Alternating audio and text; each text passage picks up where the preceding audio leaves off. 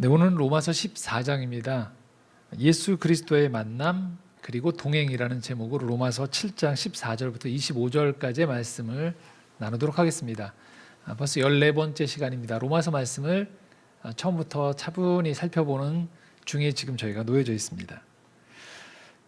전 세계가 지금 너무나도 춥습니다. 지난주에 서울의 기온이 영하 15도까지 내려갔죠. 어디 계셨습니까 그때? 근데 서울만 추운 게 아니고요, 전 세계가 지금 꽁꽁 얼어붙어 있습니다. 미국 동부가 이 폭설하고 한파로 아주 꽁꽁 얼어붙었다는 거예요. 뉴잉글랜드 지역의 보스턴에 있는 해안 지역에는요, 자그마치 한 30cm 정도의 눈이 산골이 아닌데 이렇게 쌓여 있는 거죠. 체감 온도가 지금 미국은 30도에서 40도 정도라고 합니다. 보통은 이 정도면 북극이라고 하더라고요. 북극과 남극의 기온이 이 정도인데 지금 그러니까 미국 사람들은 북극과 남극에 살고 있을 정도로 아주 추운 거예요. 뉴욕을 비롯한 미국 공항에 3,000편 이상의 비행기가 결항이 되고 17명이 어떤 재해가 아니고 그냥 추워서 죽었다고 합니다. 미국만 그럴까요? 유럽도 그렇습니다. 유럽에서는요, 겨울 폭풍이 몰고 있어요. 프랑스에서만 20만 가구의 전기가 끊겼고요.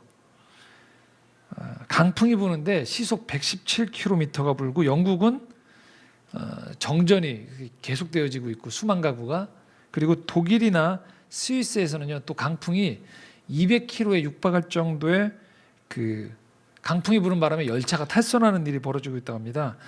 이 시속 200km가 어느 정도인지 저희가 예측이 잘 안 되는데 태풍이 불 때 보통 200에서 300km라고 해요. 태풍이. 그러니까 찬바람이 지금 태풍으로 변해서 도시 전체를 지금 불고 있는 상황인 거죠. 저도 처음에 이렇게 추우면서 순간 머릿속에 그런 생각을 했었거든요. 지구 온난화라고 해서 왜 몇 해 전까지만 해도 겨울이 안 추워진다고 저희가 그랬었는데, 그래서 일부 학계에서는 뭐 지구 온난화가 뭐 지구를 덥게 한다, 뭐 이런 것이 정설이 아니다, 뭐 이런 얘기도 나와서 작년하고 올해가 갑자기 추워지길래 제가 문득 그 사람들의 말이 맞는가라는 생각이 들었어요. 그리고 좀 더 공부를 해보니까 이 추위가 놀랍게도 지구 온난화가 원인이라는 거죠. 이 북극과 남극에 평소에 소용돌이를 치면서 휘도는 이 지름 6,000km 정도의 한랭 기류가 있다고 합니다. 기온이 영하 50도에서 60도에 달하는데요. 평상시에는 이 극지방을 감싸고 있는 제트 기류에 의해서 이게 극지방에 갇혀 있다고 해요. 그런데 지구 온난화 때문에 이 제트 기류가 약해지면서 이 남쪽으로 이 찬바람들 한기를 내려보내기 시작한다는 거예요. 지구 온난화 때문입니다. 지금 추위가. 그러면 되짚어 보면 지구 온난화의 원인은 뭔가? 우리 인간이 또 자연이 이 생존, 더불어 살아가기 위한 이 최소한의 필수적인 이 환경이 있다라는 거죠. 그런데 이 인간들이 열대 우림을 무분별하게 개발하는 거죠. 아마존 지역을 비롯해서. 그래서 이로 인해서 야생동물의 서식지들이 점점 없어지고요. 그리고 산업혁명 이후에 산업이 계속 발전되어지다 보니까 거기 쓰이는 화석 연료라든지 이 소비주의 만연으로 생산되어지는 이 화학적인 배출물들이 우리의 상상을 초월한다고 합니다. 이게 생태계를 파괴한다는 거죠.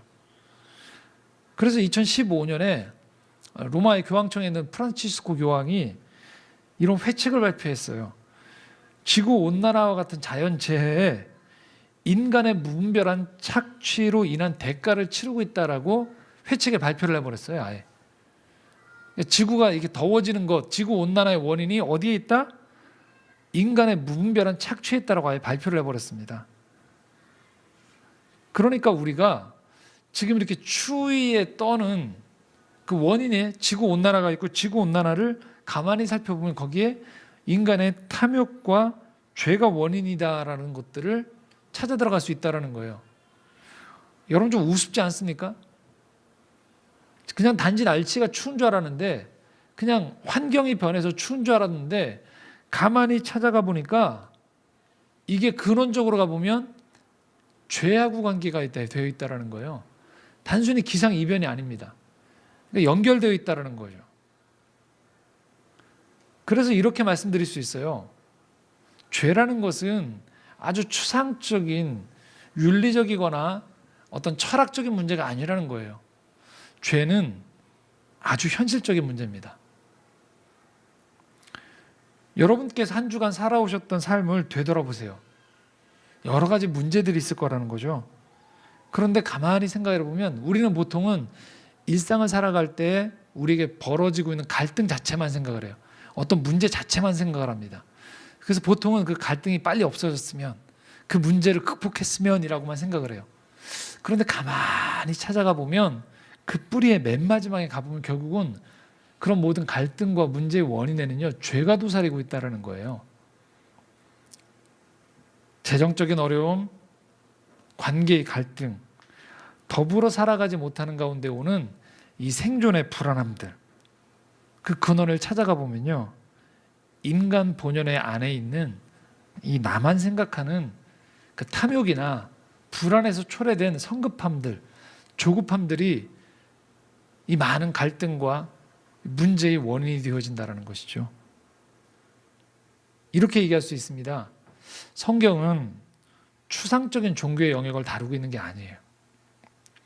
성경을 읽으면 여러분 종교적인 사람이 되는 게 아니고, 이렇게 말씀을 드릴 수 있어요. 제대로 성경을 읽고 제대로 고민을 하고 그것들을 제대로 자기 삶으로 가져오면 종교적인 추상적인 사람이 돼가는 게 아니고 아주 현실적인 사람이 되어져 간다는 것이죠. 성경을 읽고 성경을 따르면 우리는 피 안의 세계, 눈에 보이지 않는 피 안의 세계로 도피하는 게 아니에요. 죄로 인해서 파괴되어 있는 이 땅의 현실을 직시하는 거예요. 그리고 그 안에 과연 해법이 무엇인가를 아주 치열하게 고민하기도 하고 기도하기도 하고, 그것들에 대한 대안 마련에 대해서 궁극적인 것들에 대한 논의를 벌이기 시작할 수밖에 없게 된다라는 것이죠.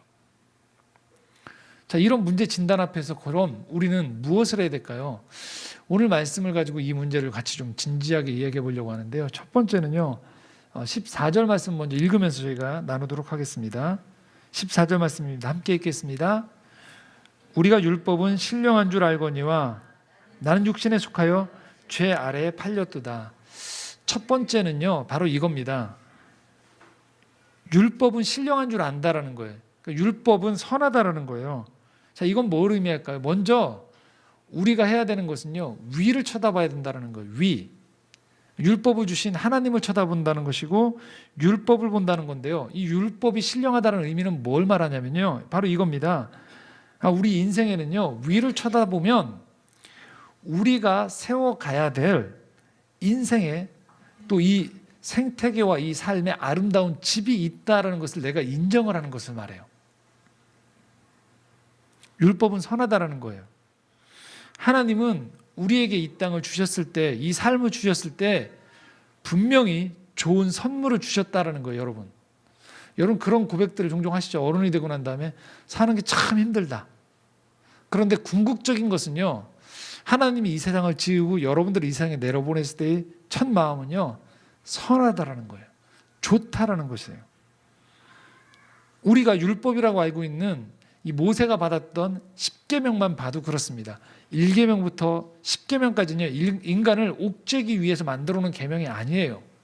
10계명은요, 그렇게 살 수만 있다라면 이 땅이 천국이 될 수 있다라는 것에 대한 하나님의 아름다운 설계도예요.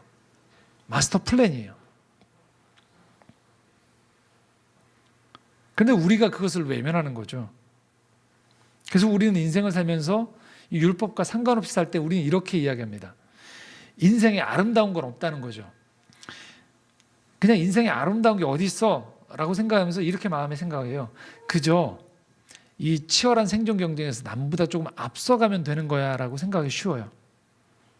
그러다 보면 어떻게 되냐면요, 자꾸만 옆을 쳐다보는 거예요. 상대적인 비교를 하는 거죠. 저 사람보다 내가 조금 낫다? 조금 저 사람보다 내가 못하다?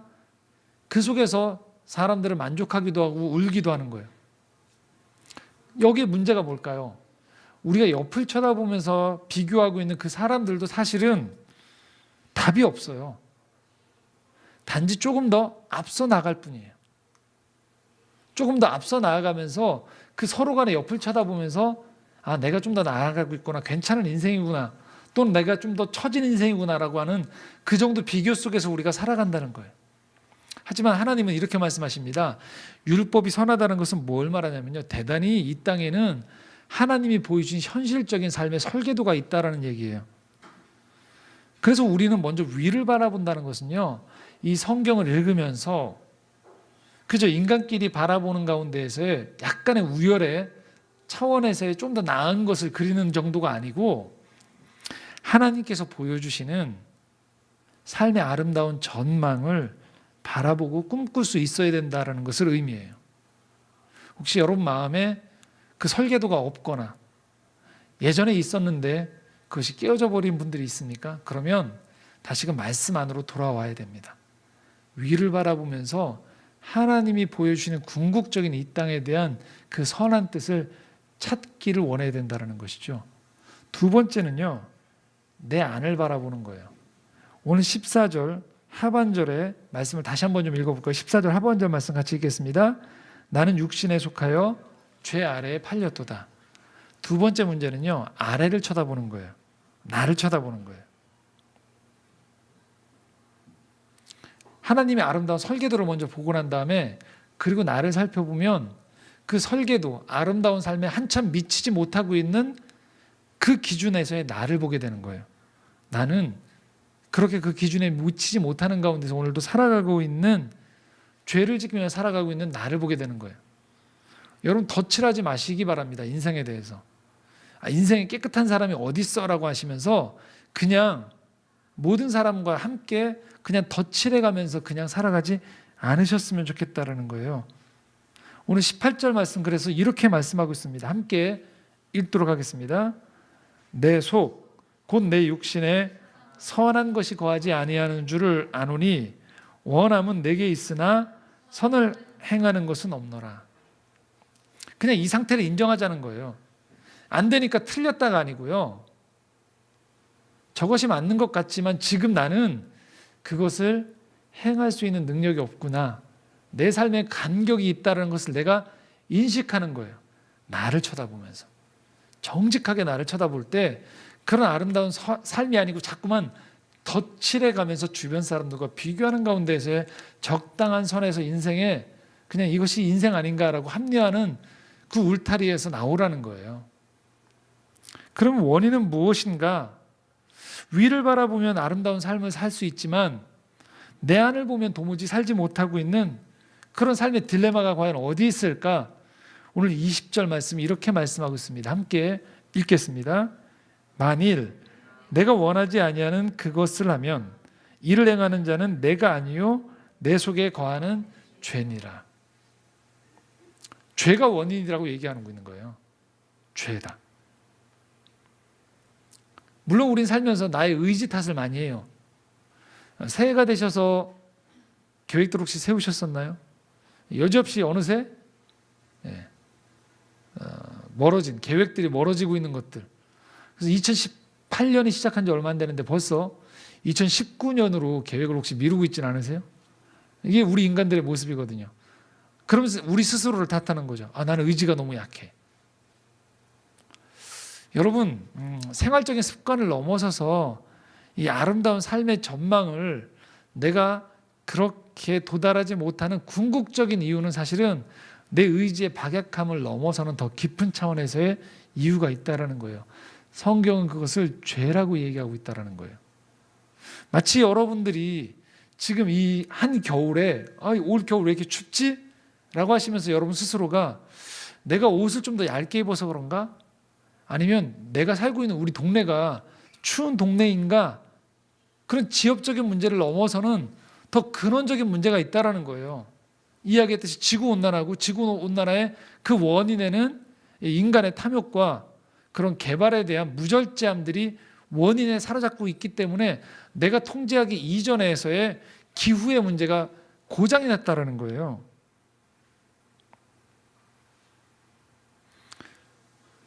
왜 우리는 꼭 이런 얘기를 하거든요. 왜 이렇게 기독교에서 죄를 얘기하느냐? 이게 원인인데요.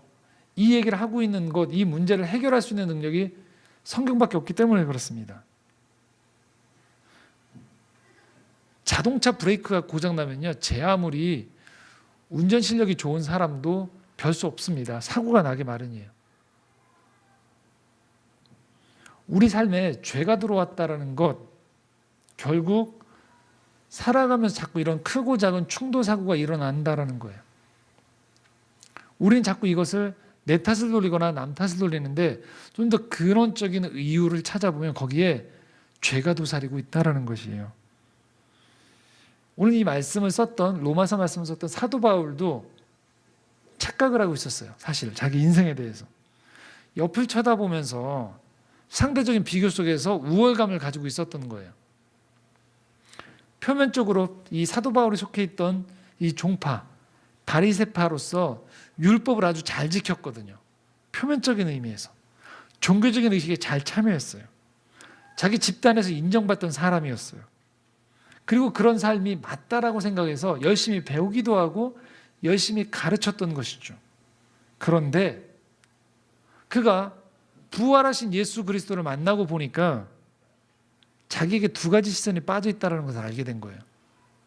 옆을 쳐다볼 문제가 아니고 위를 바라볼 문제와 자기 자신의 실존을 바라보는 문제가 빠져 있다는 것들을 깨닫게 된 거예요. 하나님 그리고 내가 빠져 있었던 거예요. 그냥 내 시선 속엔 옆에 사람들만 있었던 거예요. 그래서 그는 하나님을 본 가운데에서 정직하게 율법의 기준에 준해서 정직하게 옆에 사람을 쳐다보면 난 저 사람들처럼 잘 지켰다의 차원이 아니고 하나님 기준의 편에서 보았을 때 하나님은 그 율법에 대해서 표면적인 것들을 넘어서서 내 마음까지 지키고 있는지를 물어보고 계시거든요. 턱없이 부족한 자신을 발견한 거죠. 그리고 율법을 통해서 나는 잘 살고 있다고 생각했는데 율법이 지향하는 바 자기 안에 마음에 평안이 없는 거예요. 다른 사람을 향한 정죄감이 가득한 거예요. 사랑이 없는 거예요. 그리고 인생에 행복이 없는 거죠. 바울이 이 상황을 대해서 22절, 23절에 이렇게 표현하고 있습니다. 22절과 23절 함께 읽겠습니다. 내 속사람으로는 하나님의 법을 즐거워하되 내 지체 속에서 한 다른 법이 내 마음의 법과 싸워 내 지체 속에 있는 죄의 법으로 나를 사로잡는 것을 보는도다. 자기 마음에서 마음의 법과요 죄의 법이 싸우는 거예요. 그런데 죄의 법이 이기게 되는 거예요. 항상 마음으로는 선한 마음을 품고 살아가 보려고 했는데 안 되는 거예요. 그럴 때 사람은 두 가지 양극단의 선택을 한다라고 말씀을 드립니다. 하나는 그냥 자기 합리화예요. 다 이런 거 아니야. 또는 두 번째 극단적인 자기 부정이에요. 나라는 인간은 왜 이럴까? 자기 혐오에 치우치게 되는 거죠. 바울의 이 고백을 저는 이 시간 말씀을 나눈 우리 스스로에게도 적용을 해보셨으면 좋겠어요. 최선을 다해서 살아왔다라고 혹시 스스로에게 말하는데 거기 가보니까 그 최선의 그 지점에서 정말로 나는 행복한가? 함께 살아가는 인생을 살아가는 옆에 사람을 보면서 인생의 경쟁자로 여겨서 저 사람을 제껴야 되는 사람이 아니고요. 옆에 사람을 보면서 연민의 시선이 내 안에 있는가? 긍휼의 마음이 내 안에 있는가? 아니면 정반대로 인생을 살아보니까 자꾸 남는 것은 저 사람은 저래서 안 돼 판단하고요. 저 사람은 왜 나한테 저렇게 하지 분노가 남고요. 그리고 이 세상에 그렇게 내 마음에 들지 않는 사람들 향해서 그냥 저주해버리거나 외면해버리면서 점점 인생을 살아가면서 이 담을 잡고 쌓아가면서 외로워지고 있는 것은 아닌지를 한번 돌아보자는 거예요. 여러분 그런 우리의 모습을 발견할 때 자꾸 합리화하지 않았으면 좋겠다는 거죠. 우리에게 이렇게 말해야 된다는 거예요. 여러분 지금 우리 상태가 행복하지 않으면요 행복하지 않은 거예요. 사랑이 없으면 아닌 거예요. 자유가 없다. 아니라는 거예요. 자꾸 거기에 옆에를 쳐다보면서 뭔가 이유를 자꾸 덧붙이는 것 아니라는 거예요. 자, 그러면 이 지점에서 정직한 저희 자기 반성을 한번 해보겠습니다. 그러면 교회만 다니면, 예배만 참석하면 다 이 모든 것들이 해결될까요? 그렇지 않습니다, 여러분. 지난주에 한국목회자협의회라는 곳에서 그 리서치 기관을 통해서 발표를 했어요. 그러니까 담임 목사님들, 목회를 이끌면서 저처럼 주일에 설교를 하고 있는 담임 목사님들이, 여러분 궁금하시지 않으세요? 신앙생활하면서 목사님들의 만족도는 얼마나 될까요? 그런 생각 해보셨어요? 목사님들 굉장히 항상 설교 때 감사하라고 얘기하잖아요. 목사님들의 설문조사를 한 거예요. 그 지난주에 그걸 발표했어요. 한목협이라는 곳에서. 5년 전에도 발표했는데요. 그때는 목사님들이 자기가 사역하면서 목회에 대한 만족도가 71.8%였다는 거예요. 그런데 5년이 지나고 난 다음에 지난주에 조사하고 난 거를 결과를 발표했는데 결과가 어떻게 나왔을까요? 71.8%에서 더 올라갔을까요? 떨어졌을까요? 어떻게 그렇게 잘하세요? 떨어졌어요. 5년 만에 자그마치 27%가 떨어졌어요. 44.3%로 됐어요. 굉장히 아이러니죠. 불만족스럽다라는 발표도요, 응답도요, 2012년에 비해서 26.6%가 올라서, 그때 26.6%였는데요, 7%가 올라가서 불만족스럽다가 33.3%예요. 원인을 찾아보니까 이 설문조사를 했던 그 리서치 기관에서 그 이유를 분석했는데요, 두 가지라는 거예요. 크게. 하나는 교회가 더 이상 성장하지 않는다는 거예요. 외적으로. 그 두 번째는 목사님들이 이 교회가 그렇게 성장하지 않으면서 헌금에 대한 압박이 커진다는 거예요. 이미 제도화되어 있는 교회 속에서 일을 해 나가야 되는 가운데에서 오는 그 헌금이 주는 것들에 대한 압박감, 부담감들이 크다라는 거예요. 그러다 보니까 자꾸만 강대상에서 우리가 이야기하는, 목회자들이 이야기하는 감사하고 기쁨을 얘기하고 행복을 얘기하고, 그것 때문에 이렇게 이 삶을 위해서 예수를 믿으십시오, 교회를 다니십시오라고 얘기하는데, 정작 그렇게 하고 있는 이 목회자들 또한 사회의 일 구성원으로서 만족도가 떨어진다는 거예요. 불만족이 높아진다는 거예요.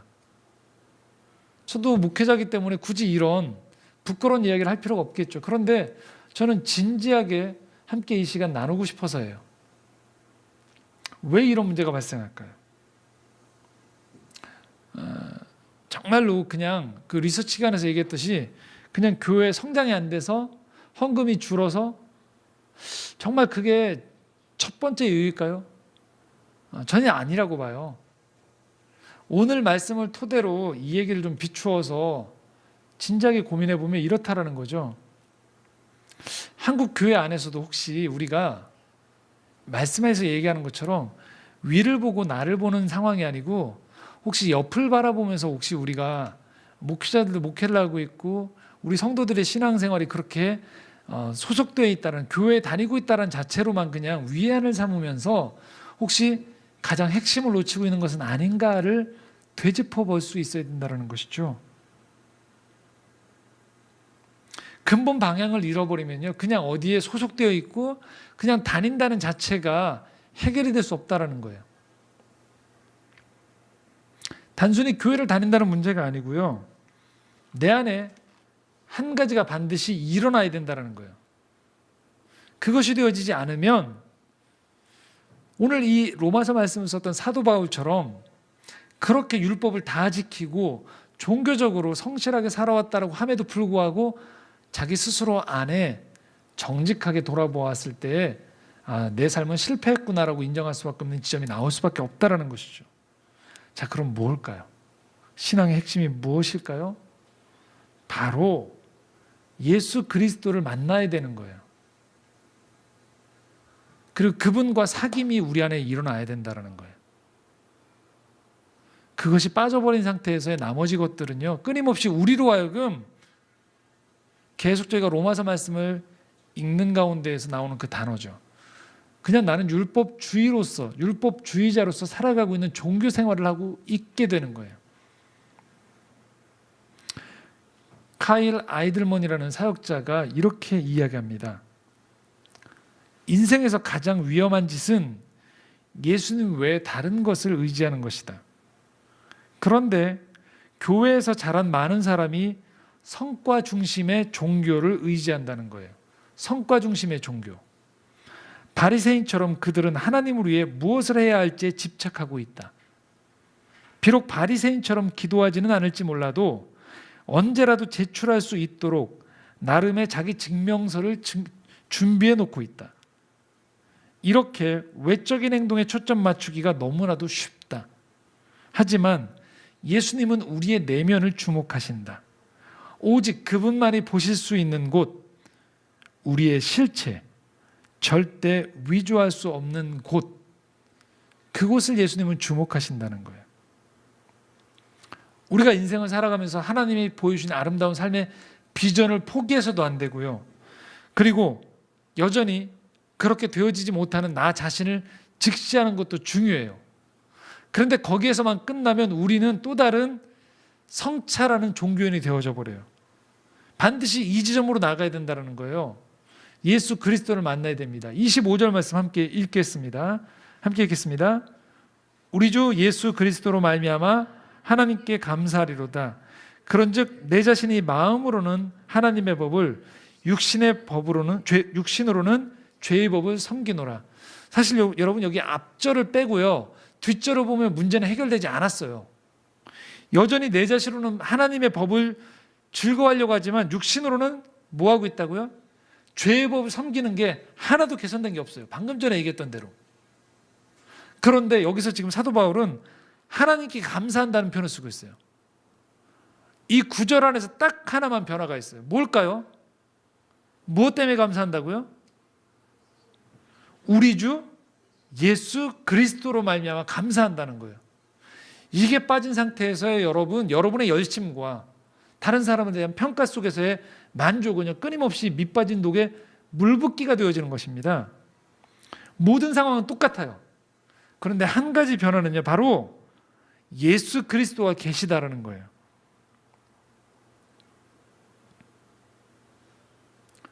여러분이 예배를 드릴 때, 이곳에서 기도를 드릴 때, 여러분의 삶을 바라볼 때, 그리고 고난 속에서 신음할 때에 이 문제를 여러분의 혼자만의 문제로 끌어안고 있을 때 우리는 여전히 이 딜레마에서 헤어나오지 못하게 됩니다. 그런데 여러분의 삶에 예수님이 찾아오신다는 거예요. 그리고 기독교 신앙은 결국은 그 핵심에는요, 이 예수 그리스도와 내가 만남을 갖고 있느냐, 그분을 알아가느냐, 그분이 바라보는 시선으로 내 죄를 볼 수 있고 내 인생의 꿈을 꿀 수 있느냐가 기독교의 핵심입니다. 그래서 뉴욕 리드머 교회를 담임하고 있는 이 팀 켈러라는 목사님께서 이렇게 표현을 하고 있어요. 지난 세월 동안에 이분이 기독교에 대한 변호를 참 잘하시는 분인데요, 지난 세월 동안에 이 팀 켈러 목사님이 다른 종교들을 가진 사람들과 많은 대화를 나눠보았대요. 그랬더니 두 가지 결론이 나오더랍니다. 첫 번째는요, 동양 종교는요, 좋은 면들이 참 많음에도 불구하고 한 가지 빠져 있는 게 있다는 거예요. 그것은 인격적인 교제가 없다는 거예요. 신이란 결국 동양 종교에서는 비인격적인 실체이기 때문에 인간이 그 에너지와 어떤 평온 상태의 합의를 이룰 수는 있을지 모르지만 그 신과 인격적인 소통은 애당초 불가능하다는 것이죠. 또 다른 종교를 보면, 서양의 다른 종교를 보면요, 신이 인격체처럼 보이긴 하지만 너무 멀리 있는 거예요. 그래서 그 종교를 믿고 있는 신자들과 친밀한 사랑의 교제를 나누기가 어렵다라는 거예요. 그러면서 팀 켈러 목사님이 이렇게 말씀합니다. 기독교의 그럼 차이점 무엇인가? 바로 이거라는 거예요. 성육신이라는 거예요. 신이 하늘에만 있지 않고 2000년 전에 이 땅에 내려와서 이 땅에 함께 인간들과 거주하면서 친히 인간의 몸을 입고 살다 죽고 부활했던 그 성육신, 가까이 오신 예수 그리스도에 있다라는 것이에요. 오늘 우리가 이 창조의 정원이라는 곳에서 함께 예배를 드리고 있습니다. 여러분, 이 예배의 핵심이 무엇일까요? 바로 오늘도 여러분에게 찾아오시는 이 예수 그리스도를 알아가고 그분과 사귐을 갖고 그분과 인생을 동행하는 것이 핵심입니다. 여러분이 지금 절망하고 있는 그곳에 여러분의 의지만 투영하지 마시고요, 그곳에 기도하시면서 말씀을 보시면서 주님, 나를 찾아와 주십시오라고 예수님을 그 자리에 초대해 보십시오. 그분이 여러분에게 들려주시는 그 인격적인 음성을 들으려고 노력해 보십시오. 이 청각적인 음성을 말하는 게 아니에요. 여러분, 마음에서부터 그분을 부를 때 그분은 전혀 다른 차원에서 여러분에게 다가오시면서 아, 이것이 주님이 나에게 다가오시는 인격적인 음성이구나라는 것들을 깨달아하는 지점이 어느 순간부터 생겨나기 시작합니다. 마음을 열고 묵상을 하고 예배를 드리고 삶의 형편 가운데에서 그분을 만나기 원하는 사람들에게는 예수님은 숨어 있지 않으세요. 그분은 친히 찾아와서 인격적인 만남을 가져주십니다. 거기에서부터 우리 삶의 변화가 찾아온다는 거예요. 예수 그리스도를 만나는 것, 그분과 사귐을 갖고 동행하는 것, 그럴 때 여러분, 우리는 이 땅을 살아가면서 여전히 우리에게 보여져 있는 아름다운 삶에 대한 전망을 포기하지 않게 됩니다. 그리고 내 안에 있는 이 한계 상황에 절망하고 낙심하고 또 우리 주변 사람들을 바라보면서 끊임없이 회의적인 시선을 넘어서서 나에 대한 존중에서부터 시작된 이 마음이 타인에 대한 연민과 공감과 긍휼의 시선으로 인생을 바라볼 수 있게 되어진다는 것이죠. 결국 정리해 보면 이렇습니다. 기독교를 믿는다는 것은요, 이 세상을 좀 더 다른 눈으로 바라보는 거예요. 이전에 내가 이 세상을 알아라고 생각했던 그런 현실이라고 생각했던 것들을 넘어서는 또 다른 실체가 있음을 아는 가운데 정신을 똑바로 차린 가운데 이 세상의 사람들의 실체가 무엇인지를 보게 되는 거예요. 그 실체는 그냥 죄인이 아니에요. 누구든지 예수 그리스도를 만난다라면 그의 인생이 변화될 수 있고 하나님이 보여주시는 이 아름다운 선한 율법 안에서 인생의 꿈을 꿀 수 있는 사람들이라는 게 바로 우리의 진실입니다. 우리의 실존인 것입니다. 여기는 여러분 모두가 그 시선으로 여러분을 스스로를 바라볼 수 있기를 원합니다. 여러분 배우자를, 여러분 자녀를, 여러분의 직장의 동료를 그런 가능성을 보고 바라보고 함께 기도하고 하나님 안에서 소망을 가지며 살아갈 수 있는 여러분 한 분 한 분이 되시기를 소망합니다. 함께 기도드리겠습니다.